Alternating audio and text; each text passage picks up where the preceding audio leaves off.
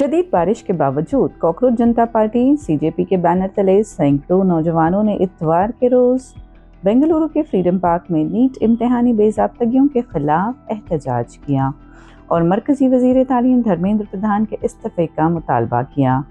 ये एहतजाज जस्टिस मुहिम के तहत मुनक़्क़द किया गया, जिसमें मुज़ाहिरीन और सीजेपी ने बीजेपी की मरकजी हुकूमत के खिलाफ नारे लगाए और मुबैना पेपर लीक मामले में जवाबदेही का मुतालबा किया। मुंतज़मीन के मुताबिक इससे पहले नई दिल्ली और हैदराबाद में भी एहतजाज किए जा चुके हैं और ये मुहिम पूरे मुल्क में जारी है।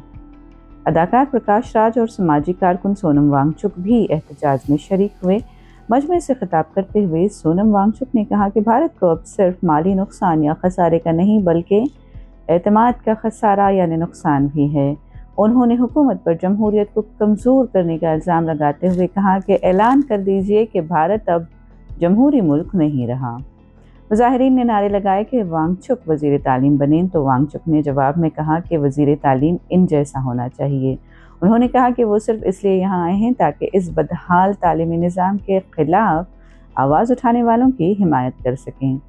प्रकाश राज ने भी वज़ीर आज़म नरेंद्र मोदी के इम्तिहानी तनाज़ों पर लगातार खामोशी पर सवाल उठाया। उन्होंने कहा कि हमारे वज़ीर आज़म सबसे ज़्यादा तालीम याफ्ता हैं, फिर आप क्यों खामोश हैं? तालीम याफ्ता वज़ीर आज़म। प्रकाश राज ने सोनम वांगचुक की तारीफ़ करते हुए कहा कि मेरी ख्वाहिश है कि सोनम वांगचुक हमारे वज़ीर तालीम होते। मुज़ाहिरीन ने मुस्तक़बिल में ऐसी बेज़ाब्तगियों को रोकने के लिए मज़बूत इक़दाम का मुतालबा किया है और शदीद बारिश के बावजूद एहतजाज जारी रखा।